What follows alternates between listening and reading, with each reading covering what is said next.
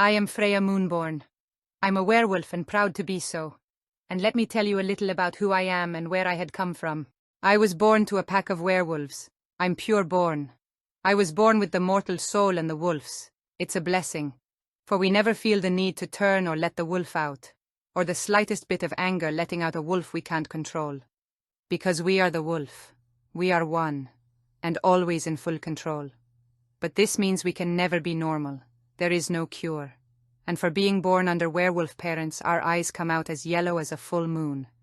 But we have all the benefits of a werewolf just without most of the cons. We can hear better, smell better, and we can turn at any time. It's just Silver will never agree with us. My pack wasn't a bad one like most would think with werewolves. We didn't hunt people down during a full moon or prey on travelers. We were worshippers of Hircine, and well now these days everybody believes Daedric worship to be so evil. We worshipped Hircine, because without him we would not exist. He is the god of werewolves. We hunt in his name. We hunted animals for food, or bad or feral werewolves for duty's sake, and even vampires. Those were the filth we enjoyed hunting. The smell of them was something you recognize from miles away. Such filth and decay. Back then, werewolf packs were sort of common. The bad ones were taken out by the more civilized ones, and the Jarls of Skyrim didn't care so much since we obeyed their laws. Plus the hunting and food materials we sold were good for their cities, and that we were a natural vampire pest control or bad werewolf cleanup solution. That put us in good standing with most Jarls. My pack would find poor souls cursed by lycanthropy. Most of them were attacked by ferals and survived. They would then become a werewolf, and while most mortal souls don't get along with the wolves, the wolf wants to get out and chase prey and hunt. But most people cursed refuse to let them out, and the wolf gets angry and restless. But the thing is, if you don't let it out, it gets mad, and your emotions spike. The smallest thing could make you angry, then you lose yourself to your anger, and then the wolf takes over. You could be at work, hit your finger with a hammer and lose it, then well everybody around you could have been slaughtered by the time you wake. If you wake, sometimes the wolf will never hand back control. These are what we call ferals, where the person inside is gone. And like I said before, I'm pure born. My mortal soul and wolf soul are one. Or maybe I just have a wolf soul raised as a human child. But we don't have this second spirit inside of us clawing to get out. It's much easier for us as pureborns. But we are easily recognized for being a werewolf with our yellow eyes, and are in danger as children from hunters, or those who wish to bring us harm from their studies of us. Those who joined our pack as turned would hunt with us. They would learn to live with the wolf inside of them, and the wolf would allow them control when they turned at times. And in turn the wolf would respect the turned by not lurking around civilized areas or hunting humans. It was peace learned between the mortal soul and wolf. Now back to my life. My pack was a good one. We dealt with those who weren't a Lycan with respect and did trading with them. We lived in peace. But that would all change once a werewolf hunter from Cyrodiil found out about my pack. At this time I was only 10 winters old. My life would change forever during a winter's night of the year 186. It was too far back to remember the date or time, and I would have been too young to know any of that anyway. It was a cold night cuddled up to my father, when we heard roaring and screaming. When a member of the pack ran to the rest of us and screamed, "Hunter!" Everybody was alert. But this man come in with silver armor and an axe. A really big axe. He stood there looking at us all and smiled. One by one my pack would turn and be slaughtered by him. He cut us apart like we were cheese. My mother screamed at me, telling me to run, as she turned around and transformed to attack this hunter. I watched in fear as he swung his axe, taking my mother from me. My father told me to run too, just before he was killed. And so I ran. I ran as fast as I could, until I couldn't run no more, until it was too cold. All I remember was laying beside a tree, freezing, and then nothing else. But then I woke up beside a fire. As I opened my eyes, I saw a woman sitting across the fire. She was very pale. As my senses started to come back to me, I smelt her. She was a vampire, the very thing we all hated, abominations to the living world. I jumped up and growled at her. She was in a bit of a fright, but she told me she wasn't here to hurt me. She said she meant me no harm, that she only wanted to help. She saw me freezing on the side of the road, and picked me up, and took me somewhere safe and warm. She introduced herself to me as Cecilia. The stories I was told about vampires would have been the same stories young Nord children were told about us.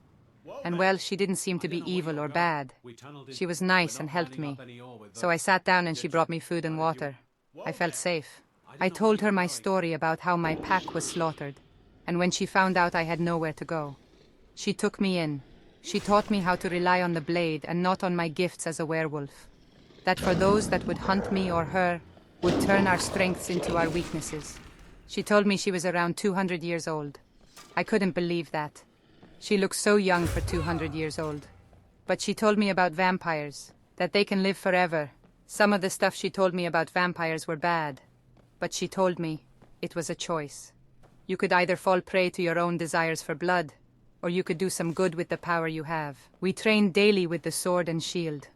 Cecilia would go out some nights and come back during the morning. She was a merc. She would hunt criminals and deliver their heads for gold.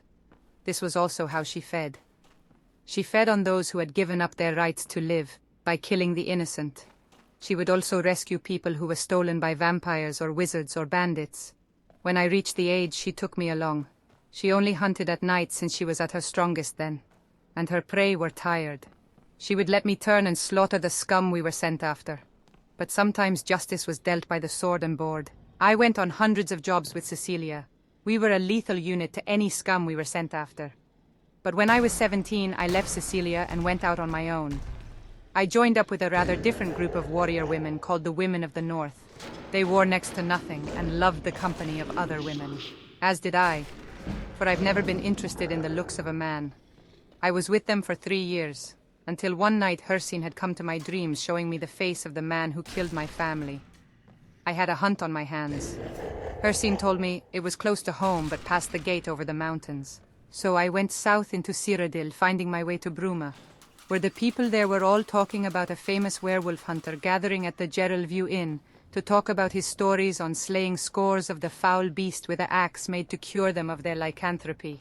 This was him, the man with the big axe, who murdered my pack and parents.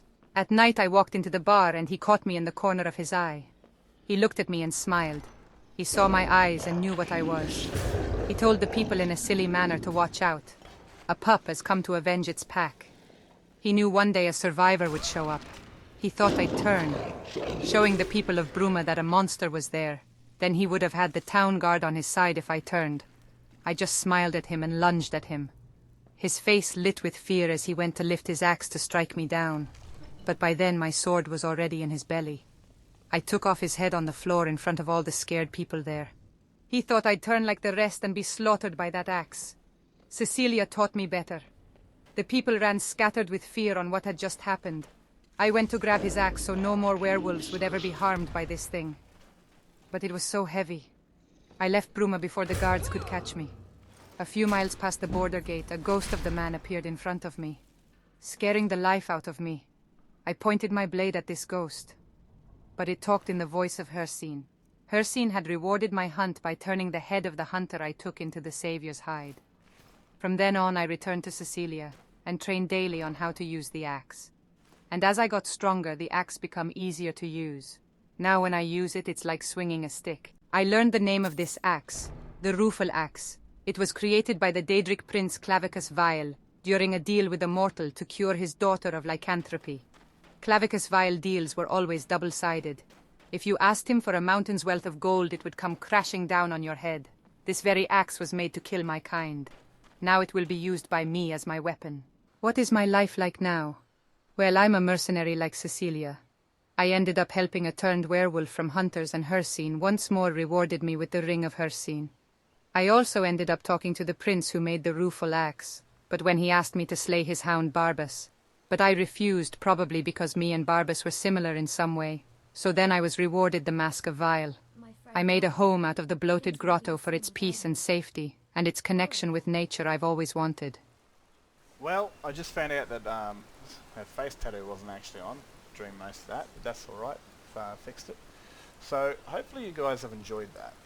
There's plenty of other characters to do stories on. There's a couple here. To the far left, Tanning, that's an ancient vampire from Solstein's early Nordic era. And the way I set her up was actually quite interesting. It's one of the first kind of weird followers where I placed her in a tomb, like an old Nordic tomb covered by storeroom, and when you unearth the storeroom, you find her sleeping there and you wake her up. And I think the Dragonborn, while exploring and learning words of power, actually mined the storeroom and woke her up, and she offered to help. And then after that, after the Dragonborn killed Elvoy and disappeared, she joined Freya, because I guess Freya and her share a bit similar when it comes to sort of barbaric fighting. Right in front of us, the blonde hair, is Veronica. She is also a pureborn werewolf. She's got the eyes, but not the sort of Freya's story. Her father pretty much was a turned werewolf that, turned and woke up in the middle of a field covered in blood, pretty beaten and battered, and was found by a young farm woman that ended up taking him back and looking after him, and they fell in love, and he told her what she was, blah blah. He had no idea that his child would be born a pureborn werewolf, but she was, and she was kind of kept out of the cities because of her eye colour, and eventually he found out what she was. Far out. As you can see with the pureborn eyes right here from Freya, which is that whole entire thing I went through. Now, an interesting character if you guys are interested to learn about would be Zarita right here. When I first started her, she was immortal. She was a Redguard. Very beautiful character, and she was an explorer, went to Dwemer Ruins, did jobs and mercenary jobs, joined up with mercenary teams here and there, explored Skyrim. But eventually, while finishing up on a job and going her own way from a team, she had this other teammate that she was with that was going in the same direction. And they were eventually ambushed by vampires on the side of the road. This is before the Dragon Wars. And she killed a lot of them, but she was overwhelmed, and she was fed on, left in a cage, and she was made the turn so she'd replace the soldiers that she'd killed, because you're kind of going to help the people that are going to feed you. But Cecilia came in, killed the vampires, found her, and decided to spare her, and train her to be just like her. And at current time, Cecilia's off in the war, fighting for the Empire, but Zarita doesn't really want to fight for the Empire, and that, Freya's her supporting character, has also gone off to fight for the war, which is Octavia, which is another fun character. Octavia and Zarita are both characters that I've played as, and they're both grown or changed in a certain manner to where Octavia was a farm girl that was almost killed by bandits, and now she's a hardened-ass warrior. And then you've got Zarita here, which was a living Redguard that, was turned and changed and now trained by a vampire. And we've got the ancient vampire right here, who was part of the early Nord era in Solstheim and sealed away in a coffin for unknown reasons. Maybe she was too dangerous, or maybe she went bad. Who bloody knows? There's so many characters. Holy shit, she's gone. So many characters that I've created that could really benefit from this voiced AI from 11 Labs. And if you're interested, let me know in the comments. And if you liked it, like it, subscribe, whatever you want to do. I don't give a shit. I don't get paid for this. Not yet anyway. Anyway, I'm out. Hope you've enjoyed.